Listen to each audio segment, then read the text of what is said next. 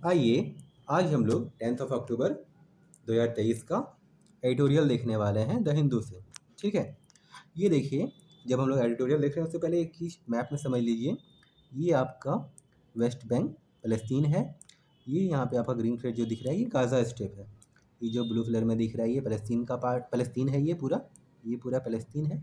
ठीक है, यहाँ पे मेडिटेरेनियन सी है, ये इजिप्ट है, ये जॉर्डन है, ऊपर लेबनान है। ठीक है, अब चलिए आगे देखते हैं हम लोग एडिटोरियल में क्या दिया गया है। ठीक है, चलिए।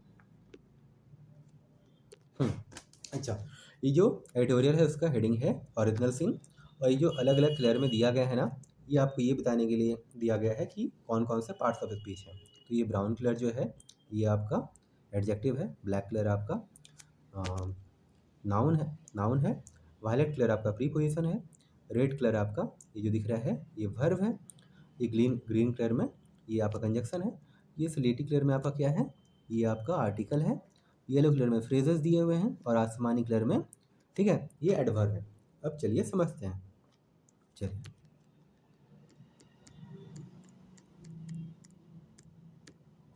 Israeli occupation of Palestine territories must end for lasting piece.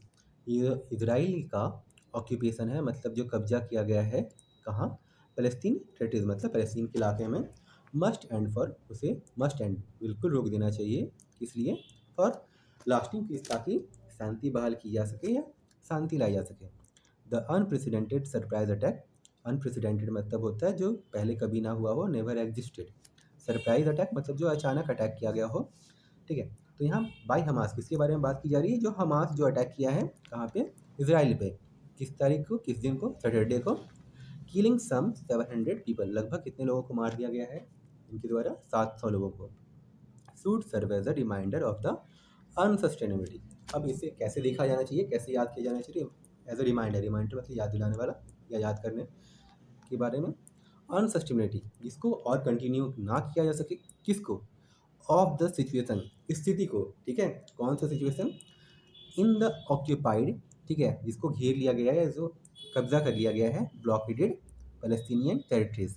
ब्लॉकेडेड मतलब क्या होता है, जहाँ पे किसी का एंट्री अलाउड ना हो। ऑक्यूपाइड मतलब होता है कब्जा किया गया। ठीक है, पैलेस्टीनियन टेरिटरीज जो पैलेस्तीन के इलाके हैं। And the dangers that non state actors such as Hamas pose to Israel. और क्या बोला जा रहा है, एंड द डेंजर्स, और जो खतरा है, ठीक है, दैट, दैट मतलब की भी होता है, दैट मतलब जो भी होता है, यहाँ पे दैट मतलब जो होगा।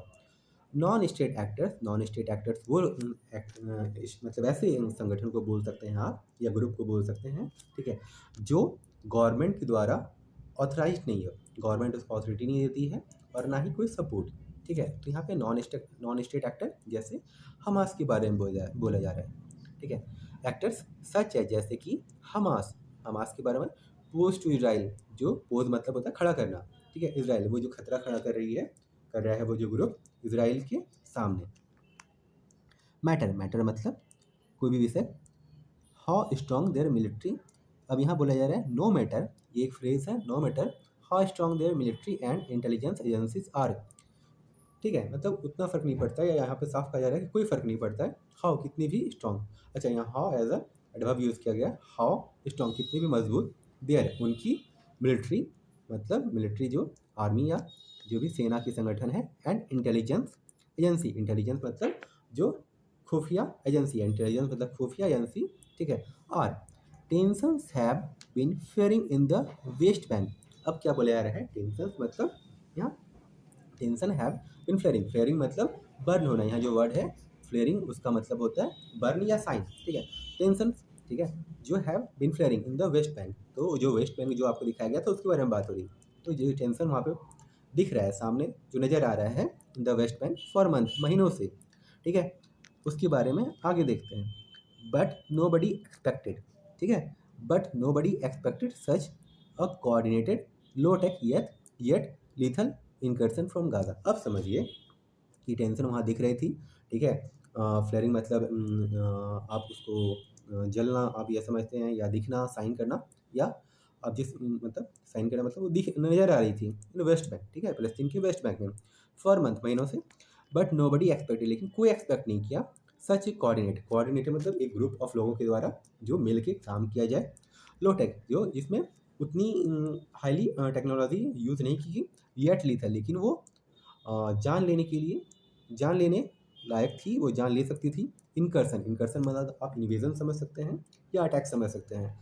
फ्रॉम गाजा, गाजा के द्वारा। द वेस्ट बैंक, जो वेस्ट बैंक है, has seen violence on daily basis.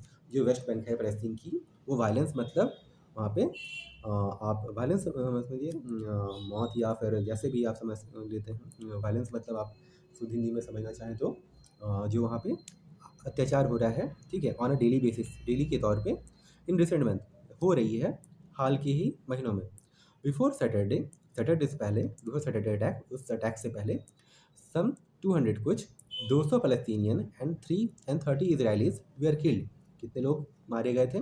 200 फ़लस्तीन के लोग और 30 इजराइली वेयर किल्ड, वो मारे गए थे दिस ईयर अलोन, इसी साल में।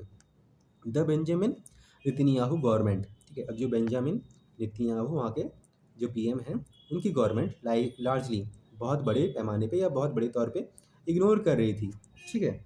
आगे क्या दिया गया है देखते हैं, ठीक है।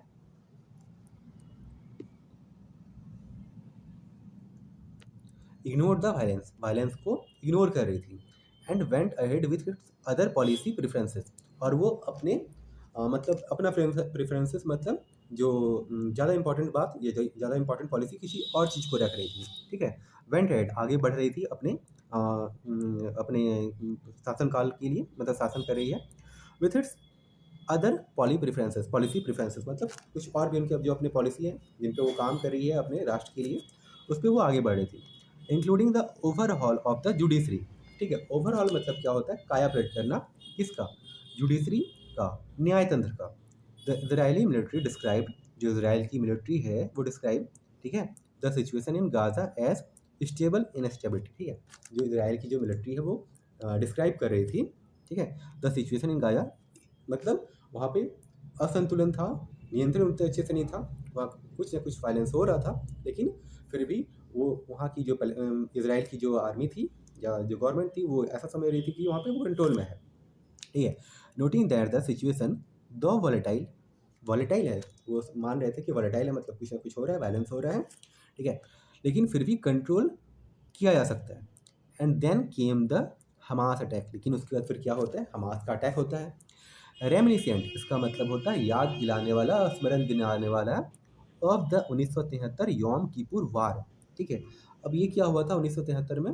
1973 में योम किपुर वार हुआ था, जब इजिप्ट जो नीचे वाले एरिया में थी, जो आपका ईस्ट वेस्ट नॉर्थ साउथ वाले नीचे साइड में आपका इसराइल का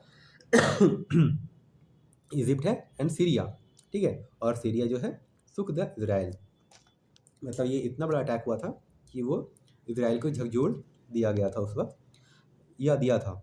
Hamas an Islamist militant organisation अब जो हमास है वो एक इस्लामिस्ट मिलिटेंट मतलब वो इस्लामिस्ट फंडामेंटलिज्म या फंडामेंटल्स या उस सोच की मिलिटेंट ऑर्गेनाइजेशन है, ठीक है। And that carried out suicide attack in 1990s, और ये क्या की है? ये सुसाइड अटैक भी की है। कब? 2000 और 2000 में।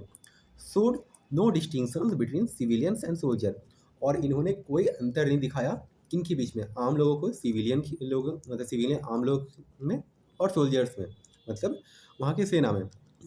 Dealing the bloodiest blow to Israel in recent history, और ये हाल के हिस्ट्री में डीलिंग द ब्लडिएस्ट ब्लो मतलब ये खूनी खूनी मतलब आप इसको कहते हैं, जैसे कहते हैं ना खूनी खेल, तो वो इसी तरह ले सकते हैं, ठीक है। इस तरह से झकझोर दिए थे ये लोग इसराइल को इन रिसेंट हिस्ट्री, हाल फिलहाल में।